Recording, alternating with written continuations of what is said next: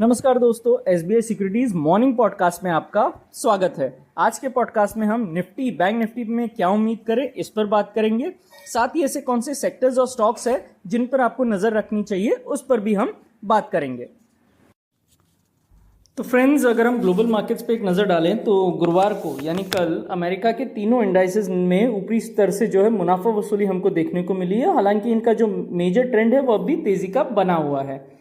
S&P 500 के लिए 5200 5230 ये जो जोन है ये एक सपोर्ट के रूप में कार्य करेगा। वहीं ऊपर 5320 के ऊपर अगर टिकता है S&P 500 तो यहाँ पे 5400 और उसके बाद 5550 तक के लेवल तक हमको तेजी देख सकती है।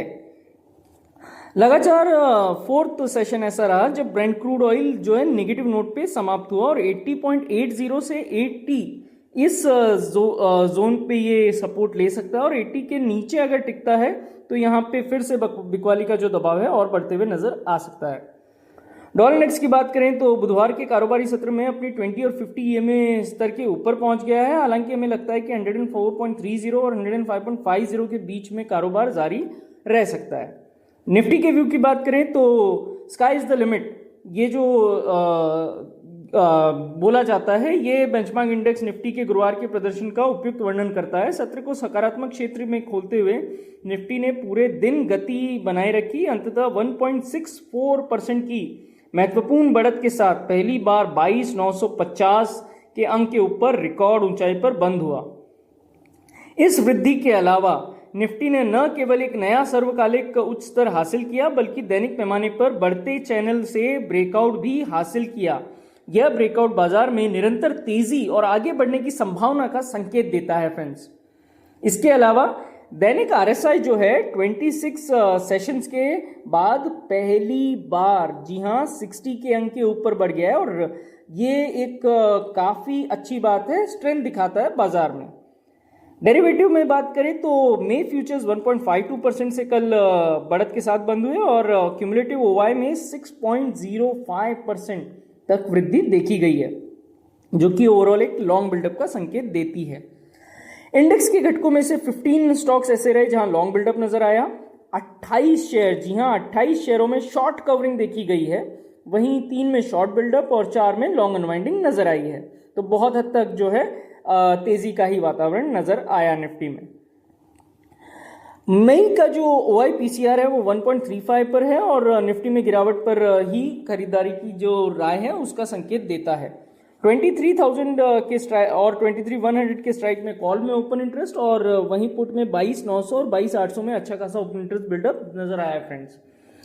और अगर हम लेवल्स की बात करें तो 23,100 का लेवल जो है निफ्टी टेस्ट कर सकता है और इसके बाद 23,250 की तरफ वो अग्रसर होगा।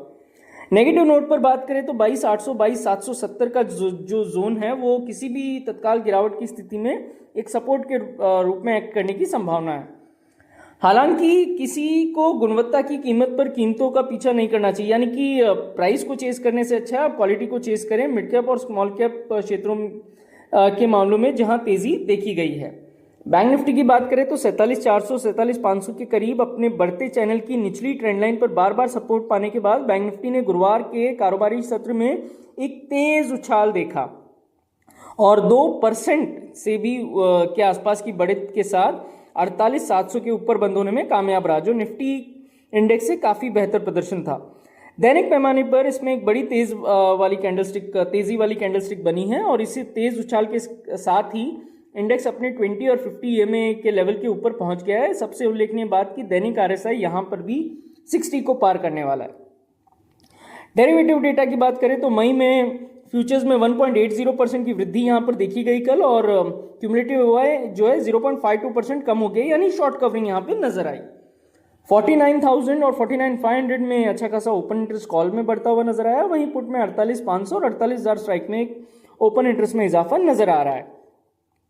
OI/PCR 1.20 पर प्लेस्ड है और आगे बढ़ते हुए 39,200 ये एक शॉर्ट टर्म लेवल है जहां पे टेस्ट करने के बाद 39,500 के लेवल्स को भी बैंक निफ्टी दिखा सकता है। नीचे की ओर 48,500 48,550 का जो लेवल है या जोन है वो सपोर्ट के रूप में कार्य कर सकता है। गुरुवार को अगर हम विक्स की बात करें तो 1.57% गिरकर 21.46 के लेवल पर बंद हुआ।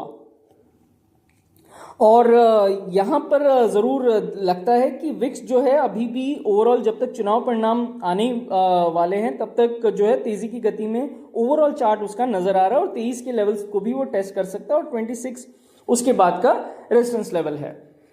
फ्रंटलाइन इंडाइसिस में तेज उछाल के बावजूद अगर हम देखें तो एडवांस डिक्लाइन रेशियो फ्रेंड्स ये जो है डिक्लाइंस के फेवर में रहा, यानी गिरावट के फेवर में रहा। इससे पता चलता है कि जो तेजी है कल की वो चुनिंदा लार्ज कैप शेयर्स द्वारा ही प्रेरित नजर आई।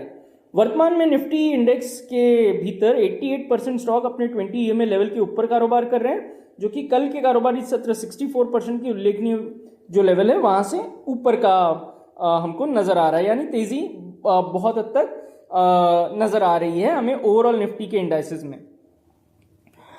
अगर हम सेक्टर्स की बात करें तो बैंक निफ्टी और फाइनेंशियल सर्विसेज जो है अच्छे खासा यहाँ पे रिबाउंड देखा गया और इनकी जो रैली है वो कंटिन्यू होते हुए नजर आ सकती है।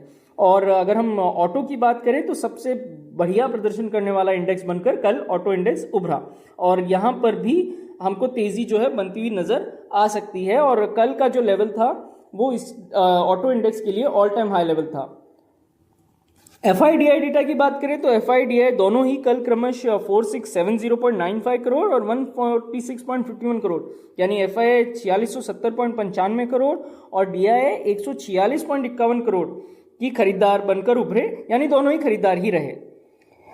FII का इंडेक्स फ्यूचर्स के लिए लॉन्ग शॉर्ट रेशियो 30% से बढ़कर 42.11% हो गया है, क्योंकि लार्ज कैप में भयंकर शॉर्ट कवरिंग के कारण कल 1,21,415 इंडेक्स फ्यूचर्स उन्होंने खरीदे। और वायदा के मोर्चे पर देखें तो FII ने 1,32,834 कॉन्ट्रैक्ट खरीदे हैं। वहीं ऑप्शंस के मोर्चे पर FII ने 53,769 कॉल कॉन्ट्रैक्ट बेचे हैं और 78,890 पुट ऑप्शन कॉन्ट्रैक्ट भी बेचे हैं फ्रेंड्स। तो इन्हीं सब डेटा को ध्यान में रखते हुए उम्मीद है ये सारी चीज़ें आपके काम आएगी। और आज के पॉडकास्ट में बस इतना ही। हमारे पॉडकास्ट को नियमित रूप से सुनने के लिए आपका बहुत बहुत धन्यवाद। Investment in securities market are subject to market risks. Read all the related documents carefully before investing.